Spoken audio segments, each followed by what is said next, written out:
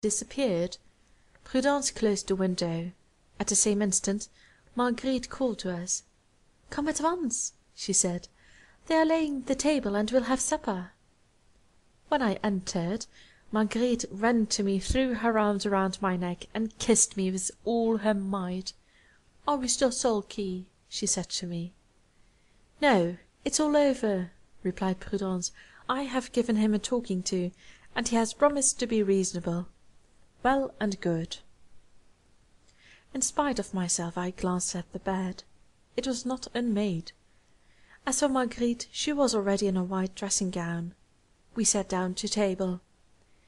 Charm, sweetness, spontaneity, Marguerite had them all, and I was forced from time to time to admit that I had no right to ask of her anything else, that many people would be very happy to be in my place, and that, like Virgil's shepherd, I had only to enjoy the pleasures that a god, or rather a goddess, set before me. I tried to put in practice the theories of Prudence, and to be as gay as my two companions, but what was natural in them was on my part an effort, and the nervous laughter, whose source they did not detect, was nearer to tears than to mirth. At last the supper was over, and I was alone with Marguerite. She sat down as usual on the hearth-rug before the fire and gazed sadly into the flames. What was she thinking of? I know not. As for me, I looked at her with a mingling of love and terror, as I thought of all that I was ready to suffer for her sake. Do you know what I am thinking of? No. Of a plan that has come into my head. And what is this plan? I can't tell you yet, but I can tell you what the result would be. The result would be that in a month I should be free. I should have no more debts, and we could go and spend the summer in the country. And you can't tell me by what means? No, only love me as I love you, and all will succeed. And have you made this plan all by yourself? Yes. And you will carry it out all by yourself? I alone shall have the trouble of it, said Marguerite with a smile which I shall never forget. But we shall both partake its benefits. I could not help flushing at the word benefits. I thought of Manon Lescaut squandering with Desireux the money of Monsieur de B. I replied in a hard voice, rising from my seat. You must permit me, my dear Marguerite, to share only the benefits of those enterprises which I have conceived and carried out myself. What does that mean? It means that I have a strong suspicion that Monsieur de G is to be your associate in this pretty plan, of which I can accept neither the cost nor the benefits. What a child you are! I thought you loved me. I was mistaken, all right. She rose, opened the piano, and began to play the Invitation à la valse, as far as a famous passage in the major, which always stopped her. Was it through force of habit, or was it to remind me of the day when we first met? All I know is that the melody brought back that recollection, and coming up to her, I took her head between my hands and kissed her. "You forgive me," I said. "You see I do," she answered. "But observe that we are only at our second day, and already I have had to forgive you something. Is this how you keep your promise of blind obedience?" "What can I do, Marguerite? I love you too much, and I am jealous of the least of your thoughts. What you proposed to me just now made me frantic with delight, but the mystery in its carrying it out hurts me dreadfully. Come, let us reason it out," she said, taking both my hands and looking at me with a charming smile which it was impossible to resist. "You love me, do you not? And you would gladly spend 2 or 3 months alone with me in the country? I too should be glad of this solitude. I do. I'm not only glad of it, but my health requires it. I cannot leave Paris for such a length of time without putting my affairs in order, and the affairs of a woman like me are always in great confusion. Well, I have found a way to reconcile everything, my money affairs and my love for you.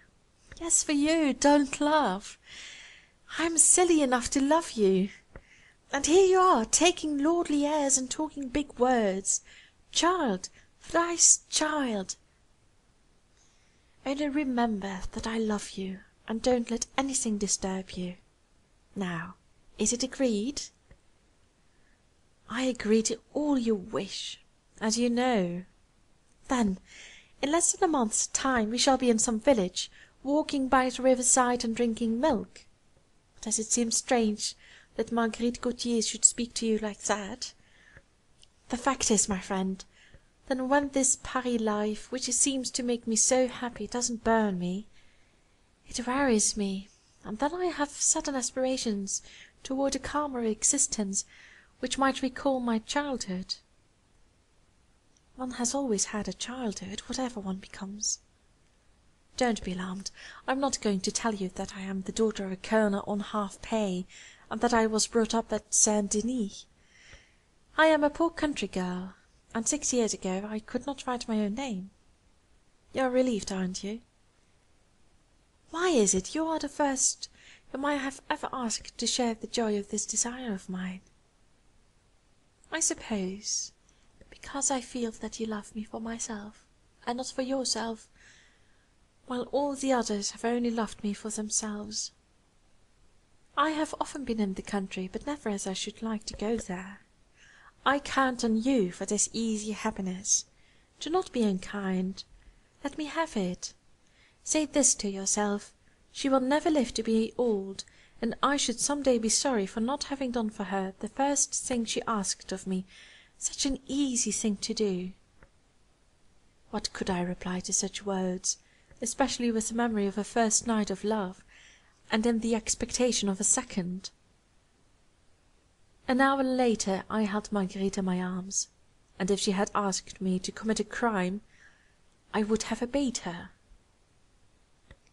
At 6 in the morning I left her, and before leaving her I said, "Till to-night." She kissed me more warmly than ever, but said nothing. During the day I received a note containing these words: "Dear child, I am not very well, and the doctor has ordered quiet. I shall go to bed early to-night and shall not see you. But to make up, I shall expect you to-morrow at 12. I love you." My first thought was, she is deceiving me. A cold sweat broke out on my forehead, for I already loved this woman too much not to be overwhelmed by the suspicion. And yet I was bound to expect such a thing almost any day with Marguerite, and it had happened to me often enough with my other mistresses, without my taking much notice of it. What was the meaning of the hold which this woman had taken upon my life? Then it occurred to me, since I had the key, to go and see her as usual. In this way I should soon know the truth, and if I found a man there I would strike him in the face. Meanwhile I went to the Champs-Élysées. I waited there 4 hours. She did not appear. At night I went into all the theatres where she was accustomed to go. She was in none of them.